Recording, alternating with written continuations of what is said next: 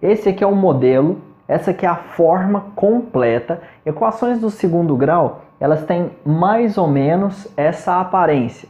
Algumas coisas não podem faltar. Por exemplo, bom, para ser uma equação, inicialmente tem que ter uma incógnita, ok? Seria o x. Só que, para ela ser de segundo grau, você vai ter que ter pelo menos um x ao quadrado.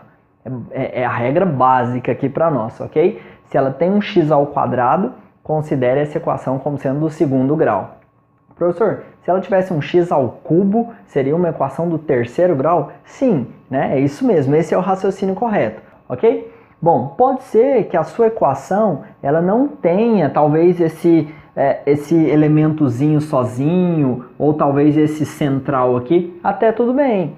Trata-se de uma equação do segundo grau incompleta, ok? Mas caso ela tenha 3 elementos principais, certo? O x ao quadrado, um x sozinho elevado a 1 e um elemento onde não tem nada de x, ela é considerada uma equação do segundo grau completa, tá bom? Bom, equações do segundo grau têm coeficientes.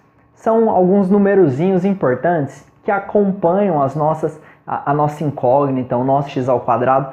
Basicamente, o a, o b e o c são os nossos coeficientes, ok? E é importante você saber extrair corretamente os coeficientes de uma equação do segundo grau.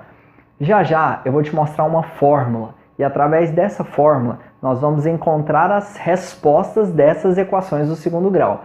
E essa fórmula ela é composta no meio dela pelas letrinhas A, B e C. Portanto, mais uma vez eu digo, é de fundamental importância que você saiba bater o olho numa equação do segundo grau e saber, entender quem que é o A, quem que é o B e quem que é o C, ok?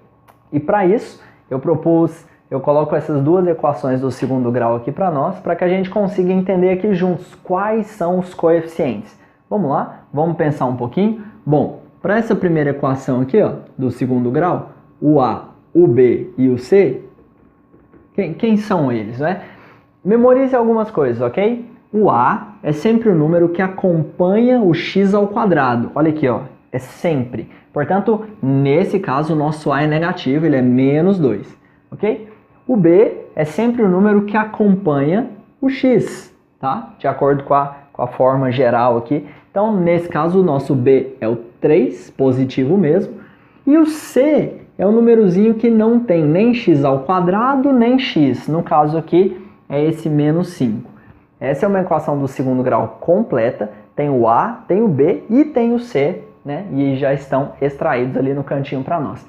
Sobre essa segunda equação do segundo grau aqui, bom, primeiro, o ideal é você parar um pouquinho e ver se é mesmo uma equação do segundo grau. E é, de fato, por conta desse x ao quadrado. Maravilha. Outra coisa que é importante, antes de você extrair o A, o B e o C, você tem que deixar a equação nessa forma aqui, a forma geral. Qual que é a forma geral? É quando você põe todos os elementos no membro esquerdo da equação e não tem nada do lado direito, do lado de lá. A gente coloca igual a 0. Nesse caso, o menos 7 ele está para lá. Então, antes de tirar os coeficientes, vamos trazer o menos 7 para cá.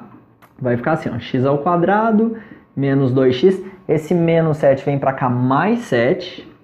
E do lado de lá não tem ninguém, 0.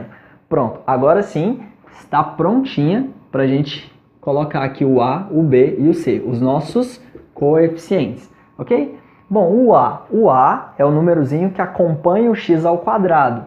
Nesse caso aqui, o x ao quadrado, ele aparentemente está sozinho, é porque é 1 x ao quadrado. Mesmo que esse 1 não apareça, ele não precisa mesmo aparecer, a gente considera o A como sendo 1.